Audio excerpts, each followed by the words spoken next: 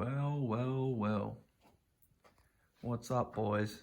We're doing a bit of a time jump here. Sorry, y'all are gonna see this in black and white, but the gusseted frame, the Walsh gusseted frame, is back from powder coat. This thing is absolutely stunning, and I'd like to give a huge shout out to Totally Baked Powder Coating out in Freedom, Pennsylvania. They did a killer job on this thing. Looks absolutely beautiful. And so I'm just gonna jump straight into this actually, because I'm still not great at this YouTube thing. So, updates. Obviously, as I just said, the powder coated frame is back. Y'all will see this in black and white, unfortunately. But here, while I'm here, I'll show y'all. I cleaned the motor up. Motor looks pretty good. It doesn't look all brown and crusty. Not sure if this will go over well in the black and white mode here, but I may put up some pictures of it whenever it's sitting on the bench when I cleaned it instead. And just use this as a voiceover. But the motor is in the frame. Of course, I masking taped all the frame rails off and everything, so that whenever I was putting the motor in with my buddy, we didn't nick the precious, beautiful frame that I got here. So, as you can tell, Alba stem, which means +2. So this is a +2 steering stem. That will be getting a set of flex bars put onto it. And, lots of other things.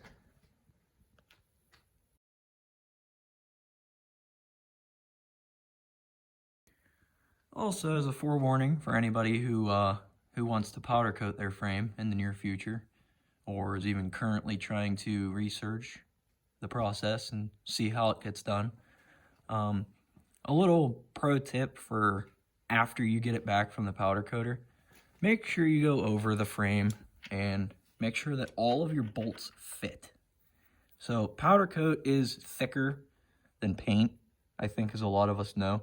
But for those of you who don't, powder coat is thicker than paint, and you will run into issues where your bolts will not fit.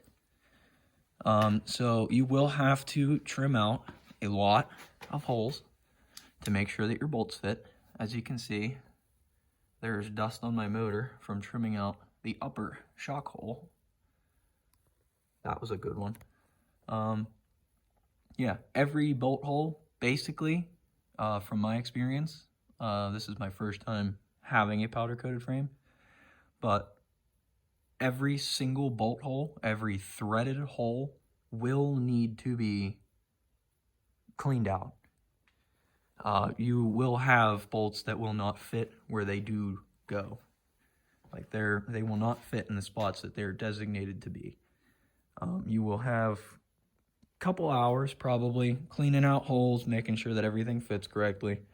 But gotta remember, y'all can't really see it the way I can, but trust me, you'll be stoked after all that is done and over with. So I'm gonna keep updating y'all. Subframes put together, got all the rubber grommets in it. They all fit beautifully. I actually didn't have to trim any powder coat off for any of these to fit, so I'm pretty stoked on that.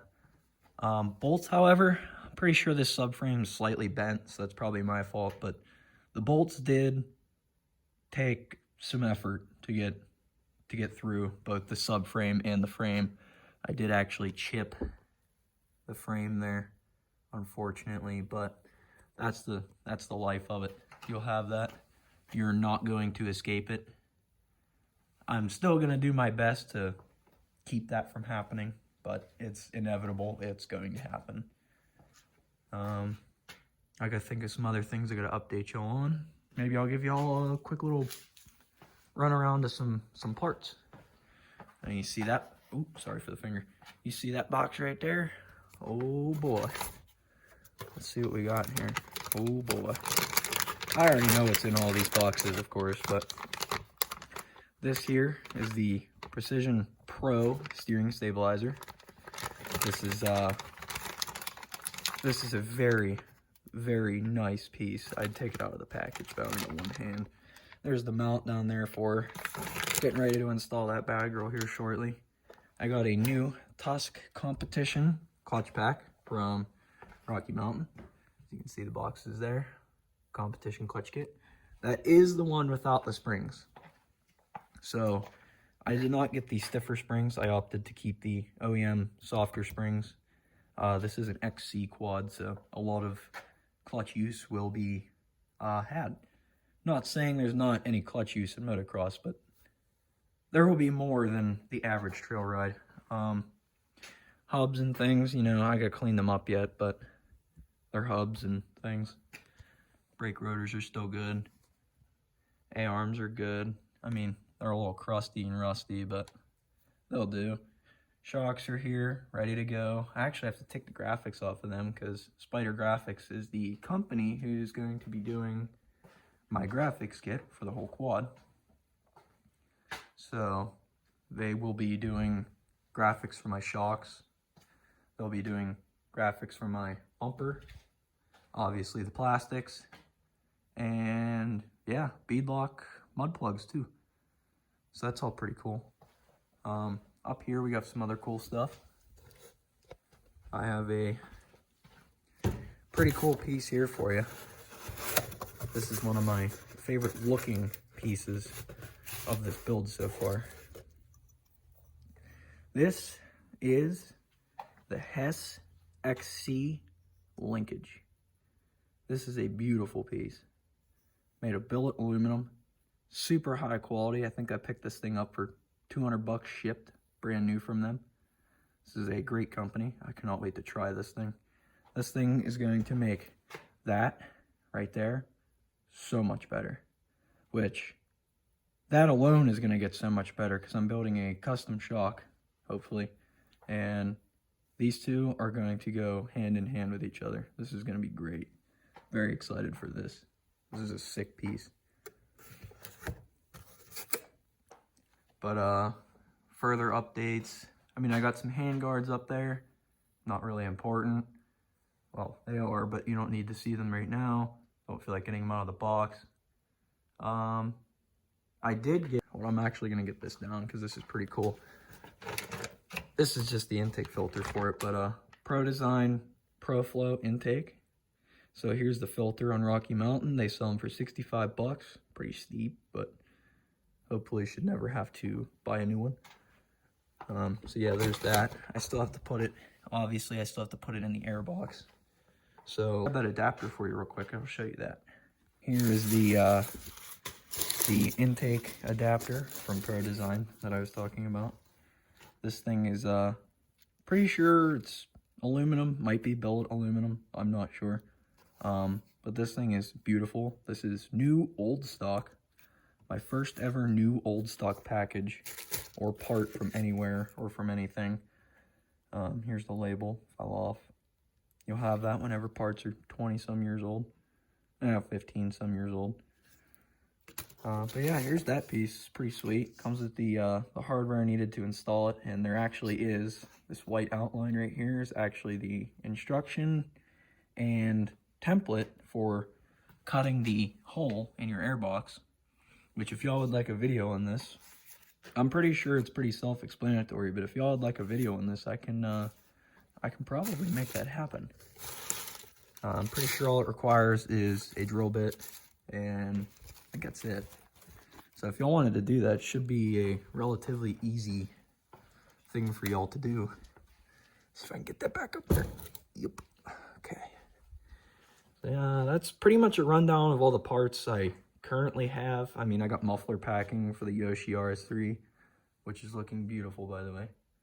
I still have to clean up the actual pipes, but it will look beautiful, trust me. There's my old steering stem and bars. Here's my new aluminum oversized rad from GPI Racing. Dad got me that for Christmas. Thank you, Dad. And comes with some hoses that I cannot describe the color of because it will ruin the frame. I'm sure as y'all probably already know what color it is anyways because of the timing plugs on my motor and the accents around the quad before we tore it down. But I'm not going to give y'all any confirmations. So assume what you would like. Excuse me. Assume what you would like, and we'll just have to see when the reveal video comes out. March 14th, it will be riding by. So look forward to a video of some sort by then of this quad riding. And definitely before that, I will be doing a video going over the full build, hopefully. So there's your little update. It's been quite a while. I think it's been since, I want to say, late November that I've updated y'all. Actually, maybe a little after that, but we are making progress. Graphics are completely stripped off, all the plastics. I still got to get most of the graphic glue off so that I can put new stuff on. I'm going to be sanding this oil tank down and heading it with some new paint. Fresh up these lines too. They got black overspray paint on them from the previous owner. Shout out to you. Not really, but yeah, I mean, that's pretty much where we're at right now. Lots going on. Things are happening everywhere. Yeah, I'm full. I mean, I just ordered pretty much everything. Like DynoJet kit, I had that already, but I got a new OEM carb. Didn't realize it, but I was running a Chinese carb on the quad for a very long time. Don't know how we didn't notice that. But if y'all are wondering how these China carbs go, not bad. I ran it for 2 years, pretty much, without realizing that it was a China carb. So that tells you anything. There you go. But now I have an OEM Mikuni down there. I got to get a couple of seals and just make sure that thing's not going to leak when I put it back together. What haven't I gone over? Okay, that's for the stabilizer. Yep, that's the OEM clutch. As y'all could see, it actually still looks really good. So I'm gonna keep this as a spare.